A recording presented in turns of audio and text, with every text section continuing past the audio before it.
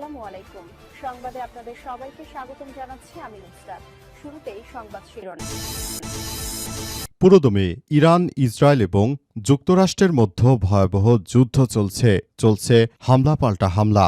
এরই মাঝে আমাদের হাতে এসে পৌঁছে গেছে যুদ্ধের সর্বশেষ সবথেকে গুরুত্বপূর্ণ সবথেকে তাজা আপডেট সংবাদ। দখলদার বাহিনী ইসরায়েল এবং মার্কিন যুক্তরাষ্ট্রকে চরম ধুলাই দিতে শুরু করেছে ইরানের ক্ষেপণাস্ত্র হামলায় সবকিছু গুড়িয়ে দেওয়া হচ্ছে। পুরো মধ্যপ্রাচ্যের সবকিছু বন্ধ হয়ে গেছে।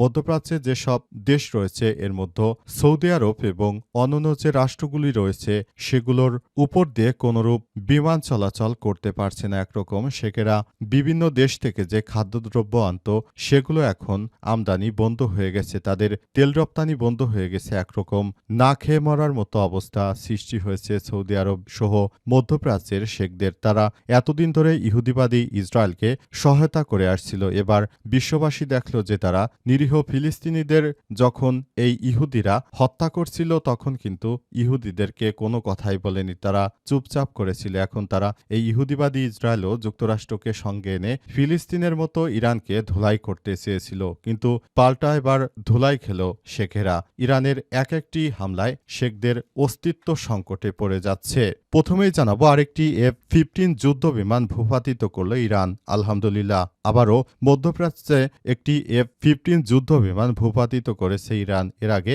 3টি F-15 যুদ্ধ বিমান কুয়েতে ভূপাতিত করেছিল ইরানের IRGCর সদস্যরা। নতুন করে তারা আবারও ক্ষেপণাস্ত্র হামলা চালিয়ে যুক্তরাষ্ট্রের অত্যাধুনিক F-15 যুদ্ধ বিমান ভূপাতিতের রেকর্ড করল।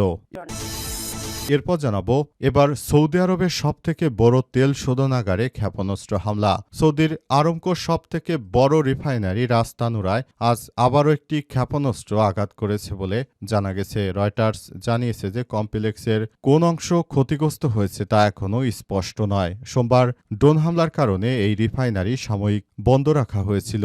আজ ইরানকে দায়ী করা হলেও তেহরান জানিয়েছে যে সৌদি আরবে কেবল দখলদার ইসরায়েল হামলা চালিয়ে মুসলিম বিশ্বের অর্থনীতি ধ্বংস করে দিতে চায়। সৌদি আরবের দেখা উচিত তারা যে ইহুদিদেরকে বন্ধু মনে করে সেই ইহুদিরাই তাদের তেল শোধনাগারে হামলা চালিয়েছে। এদিকে তুরস্কের ভূখণ্ড লক্ষ্য করে ক্ষেপণাস্ত্র হামলা ইরান থেকে তুরস্কের ভূখণ্ডে যেখানে মার্কিন যুক্তরাষ্ট্রের ঘাঁটি রয়েছে সেখানে হামলার চেষ্টা করা হয়েছে বলে দাবি করেছে আঙ্কারা। তবে ক্ষেপণাস্ত্র লক্ষ্যে পৌঁছানোর আগেই পশ্চিম সামরিক জোট ন্যাটোর আকাশ প্রতিরক্ষা ব্যবস্থার মাধ্যমে তা ধ্বংস হয়ে গেছে। জানাবো, যুক্তরাষ্ট্রের সঙ্গে আলোচনা নয়, দীর্ঘযুদ্ধের জন্য প্রস্তুত ইরান, জানালেন খামেনির উপদেষ্টা।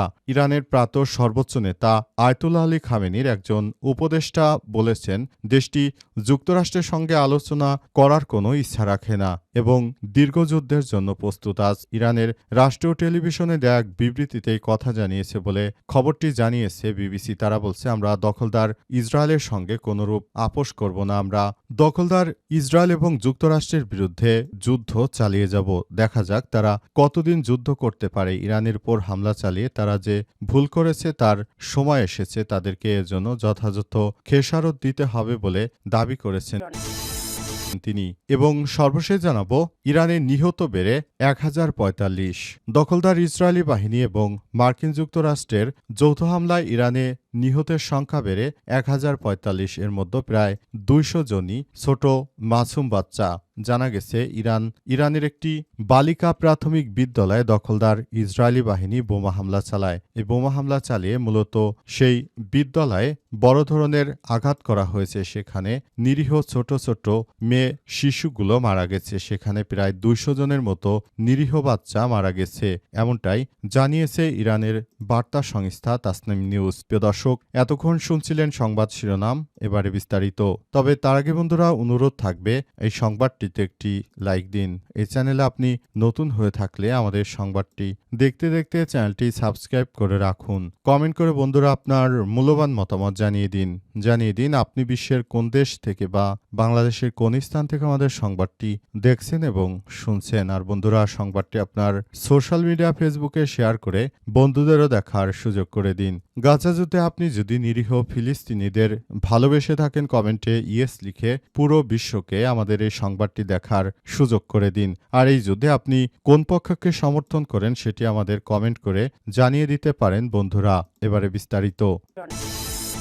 আরেকটি F-15 যুদ্ধবিমান ভূপাতিত করল ইরান। আলহামদুলিল্লাহ, যুক্তরাষ্ট্রের আরেকটি F-15 যুদ্ধবিমান ধ্বংসের দাবি করেছে ইরান। আজ দেশটির আধা সরকারি বার্তা সংস্থা তাসনিম নিউজ এক প্রতিবেদনে জানিয়েছে যে ইরানি সেনাবাহিনী বিমান প্রতিরক্ষা ইউনিট যুদ্ধবিমানটিকে গুলি করে ভূপাতিত করেছে। এর আগে গত সোমবার ইরানের খাদেমাল আনবিয়া সেন্ট্রাল হেডকোয়ার্টার্স জানিয়েছে যে ইরানের স্থানীয়ভাবে তৈরি বিমান প্রতিরক্ষা ব্যবস্থাপনার মাধ্যমে 3টি মার্কিন যুদ্ধবিমান ভূপাতিত করা হয়েছে।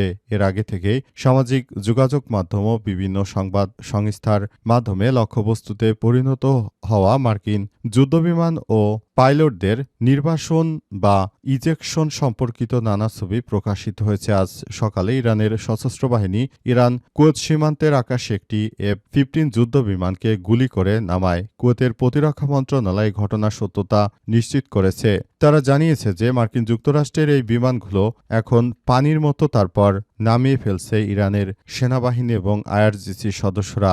অর্থাৎ ইরানের একটি প্যারা মিলিটারি ফোর্স হচ্ছে আইআরজিসি। তারা একরকম সংস্কারবাদী, অর্থাৎ যেমনটা এমন একটি সংগঠন হচ্ছে আইআরজিসি, যে সংগঠনগুলো এখন এমনভাবে রাষ্ট্র পরিচালনা করার ক্ষেত্রে তারা সহযোগিতা করে যেন ইরানের ধর্মীয়, কালচারাল কিংবা সামরিক প্রত্যেকটি বিষয় তারা নিজেদের মতো করে তারপর নিয়ন্ত্রণ করে থাকে এই প্রক্রিয়াগুলোর মধ্য দিয়ে। সৌদির সবচেয়ে বড় তেল শোধনাগারে ক্ষেপণাস্ত্র হামলা চালালো ইসরায়েল। এবার সৌদি আরবের আরামকোতে সবথেকে বড় যে তেল শোধনাগার সেটিতে হামলা চালিয়েছে ইসরায়েল, এমনটাই দাবি করেছে ইরান। ইরানের পক্ষ থেকে বলা হয়েছে যে আমরা সৌদি আরবের যে তেল শোধনাগার রয়েছে সেখানে আমরা হামলা করিনি, আমরা হামলা করেছি সৌদি আরবের যে মার্কিন দূতাবাস ও কনসুলেট ভবন রয়েছে সব জায়গায়। মূলত মার্কিন যুক্তরাষ্ট্র বর্তমানে যে ভেনেজুয়েলার কাছ থেকে ক্রুড অয়েলগুলো নিয়ে আসে সেগুলো তারা শোধন করে নিজেরাই বর্তমান বিক্রি করে থাকে। তাই এ অবস্থায় মার্কিন যুক্তরাষ্ট্র দখলদার ইসরায়েলি বাহিনী এখন সেই ভেনেজুয়েলার তেল দিয়েই তারা নিজেদের রাষ্ট্র পরিচালনা করছে। নতুন করে তারা সৌদি আরবের যে তেল রয়েছে সেটিকে তারা নেবে না। তাই একরকম সমস্যা আসলে তৈরি হয়েছে যে সৌদি আরবের যে তেল শোধনাগার রয়েছে সেই তেল শোধনাগার এখন মূলত দখলদার ইসরায়েলি বাহিনী এটিকে ধ্বংস করে দিয়ে তারপর বিশ্ববাজারে একরকম যুক্তরাষ্ট্রের তেল কোম্পানিগুলো যেন যথাযথভাবে কাজ করতে পারে এমন ব্যবস্থাই তারা গ্রহণ করবে, এই কথাই জানা গেছে। তবে সর্বশেষ বিষয়গুলো হচ্ছে যে এমনিভাবে যদি চলতে থাকে তাহলে সৌদি আরব কিন্তু বড় ধরনের ক্রাইসিসে পড়ে যাবে, কারণ তাদের সবথেকে বেশি আয় আসে হচ্ছে এই সেক্টর থেকে, যেখান থেকে তারা এই তেল রপ্তানি করে। এটি হচ্ছে বিশ্বের এমন একটি কোম্পানি যেটা থেকে পুরো বিশ্বায়নের যুগে সৌদি আরব সবথেকে বেশি আর্নিং করে থাকে, কিন্তু সেটি যদি বন্ধ হয়ে যায় তাহলে সৌদি আরবও আর্থিকভাবে বড় ধরনের ক্ষতির সম্মুখীন হবে। সৌদি আরব নানাভাবে সমস্যায় পড়ে যাবে এবং সৌদি আরব নানাবিধ সমস্যায় জর্জরিত হবে। তাই সৌদি আরবের পক্ষে এই মুহূর্তে আসলে টিকে থাকার বড় ধরনের চ্যালেঞ্জ তৈরি হয়েছে। মূলত ইরানের উপর মার্কিন যুক্তরাষ্ট্র হামলার পর থেকে এই ধরনের যুদ্ধ পরিস্থিতি তৈরি হয়েছে এমনটাই জানা গেছে এবং বর্তমানে যেভাবে ইরানে হামলা চালিয়ে যাচ্ছে দখলদার ইসরায়েলি বাহিনী, এই হামলা অব্যাহত থাকলে ইরানও এই হামলা থামাবে না। ফলে মধ্যপ্রাচ্যে এখন একটি সাক্ষাৎ নরকে পরিণত হয়েছে। এবার তুরস্কের ভূখণ্ড লক্ষ্য করে ক্ষেপণাস্ত্র হামলা করল ইরান। ইরান থেকে তুরস্কের ভূখণ্ড লক্ষ্য করে ক্ষেপণাস্ত্র হামলার চেষ্টা করা হয়েছে বলে দাবি করেছে আঙ্কারা। তবে এই ক্ষেপণাস্ত্র লক্ষ্যে পৌঁছানোর আগে পশ্চিমা সামরিক জোট ন্যাটো আকাশ প্রতিরক্ষা ব্যবস্থার মাধ্যমে সেটি ধ্বংস করা হয়েছে। আজ তুরস্কের সরকারি কর্মকর্তাদের বরাত দিয়ে ফরাসি বার্তা সংস্থা এএফপির এক প্রতিবেদনে এই তথ্য জানানো হয়েছে। এতে বলা হয়েছে যে তুরস্কের আকাশ সীমা লক্ষ্য করে ইরান থেকে ছোড়া একটি ক্ষেপণাস্ত্র ইরাক সিরিয়া আকাশসীমায় ধ্বংস করেছে ন্যাটোর প্রতিরক্ষা ব্যবস্থা। এক বিবৃতিতে তুরস্কের প্রতিরক্ষা মন্ত্রণালয় জানিয়েছে, ইরান থেকে একটি ব্যালিস্টিক ক্ষেপণাস্ত্র ছোড়া হয়েছিল যা ইরাক ও সিরিয়ার আকাশ সীমা অতিক্রম করে তুরস্কের দিকে আসছিল। পূর্ব ভূমধ্যসাগরে মোতায়েন করা ন্যাটোর আকাশ ও ক্ষেপণাস্ত্র প্রতিরক্ষা ব্যবস্থা সময়মতো সেটিকে শনাক্ত করে এবং আঘাত করে অকেজো করে দিয়েছে। উল্লেখ্য, গত শনিবার যুক্তরাষ্ট্র ও ইসরায়েল যৌথভাবে ইরানে হামলা শুরু করে। এরপর মধ্যপ্রাচ্যের দেশগুলোতে দেশ দুটির বিভিন্ন স্থাপনা লক্ষ্য করে একের পর এক ক্ষেপণাস্ত্র ও ড্রোন ছুটছে ইরানের সেনাবাহিনী। বর্তমানে এই অবস্থায় সেখানে নতুন করে আরও বড় ধরনের সমস্যা তৈরি হয়েছে। মূলত ইরানে হামলা চালানোর পর ইরান তার সর্বশক্তি দিয়ে এই হামলাগুলো প্রতিহত করে এবং পাল্টা হামলা শুরু করেছে। এর ফলে নতুন করে আবার বড় ধরনের বিপর্যয় শুরু হয়েছে মধ্যপ্রাচ্যে।